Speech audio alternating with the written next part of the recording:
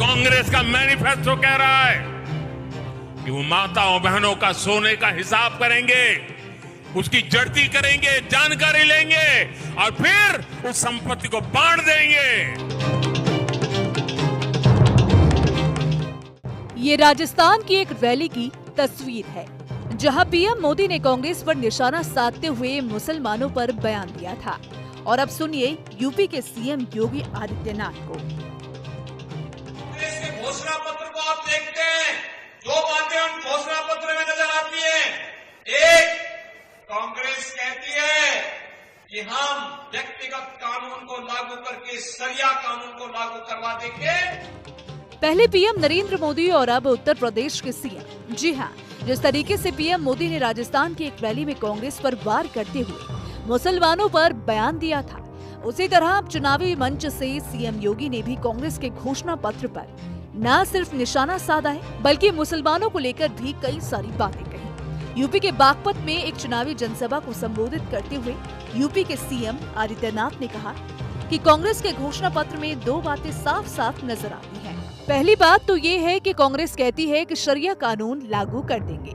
इसका मतलब है कि कांग्रेस बाबा साहेब अम्बेडकर के संविधान के लिए खतरा पैदा करना चाहती है, संविधान को नहीं मानना चाहती है। इसके साथ ही सीएम योगी आदित्यनाथ ने कहा कि कांग्रेस के घोषणा पत्र से लगता है कि कांग्रेस देश में तालिबानी शासन लागू करना चाहती है। मुख्यमंत्री ने ये कहकर भी कांग्रेस पर निशाना साधा कि उनका घोषणा पत्र बेटी बहनों और माताओं के गहनों को जब्त करने की साजिश रचने की बात कह रहा है।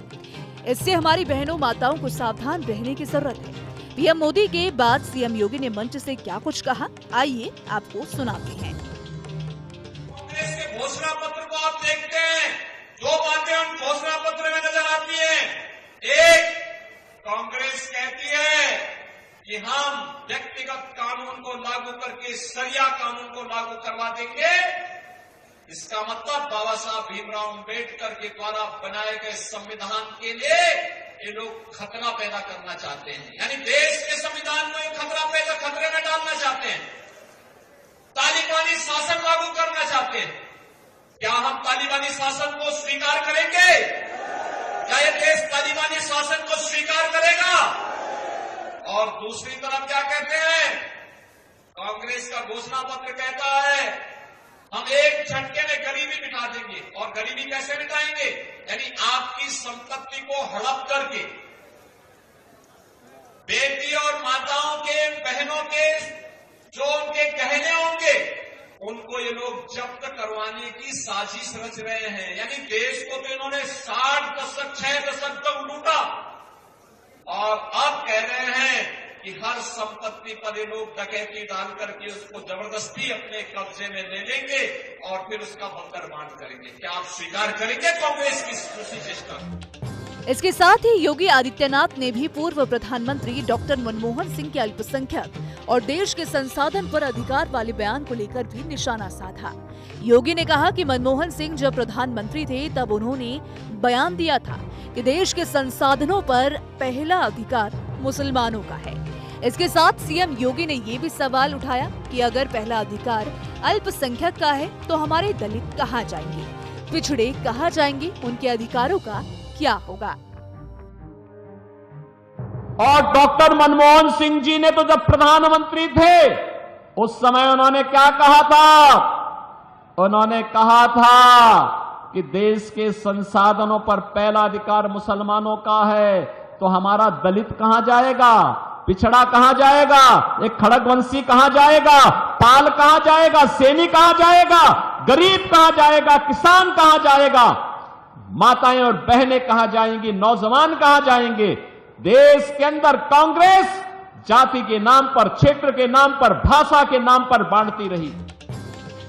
इस तरह की बयानबाजी को लेकर चुनावी जानकारों का कहना है कि पहले चरण में जहां किसी मुद्दे की शोर नहीं सुनाई पड़ी, वहीं दूसरे चरण से पहले बीजेपी ने विपक्ष को हिंदुत्व की पिच पर खेलने को मजबूर कर दिया है।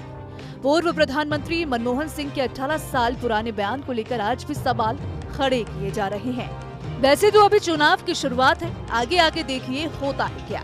ऐसा भी हो सकता है कि बीजेपी की रणनीति के आगे विपक्ष हिंदुत्व के पिच पर आने को मजबूर हो जाए। फिलहाल इस तरह के बयान पर सियासी घमासान मचना तय माना जा रहा है। खैर, इसको लेकर आपकी क्या राय है? आप अपनी राय हमें कमेंट सेक्शन में जरूर बताइएगा। वीडियो पसंद आए तो वीडियो को लाइक और शेयर करना ना भूलें। ये कांग्रेस का मैनिफेस्टो कह रहा है कि वो माताओं बहनों का सोने का हिसाब करेंगे, उसकी जड़ती करेंगे, जानकारी लेंगे और फिर उस संपत्ति को बांट देंगे।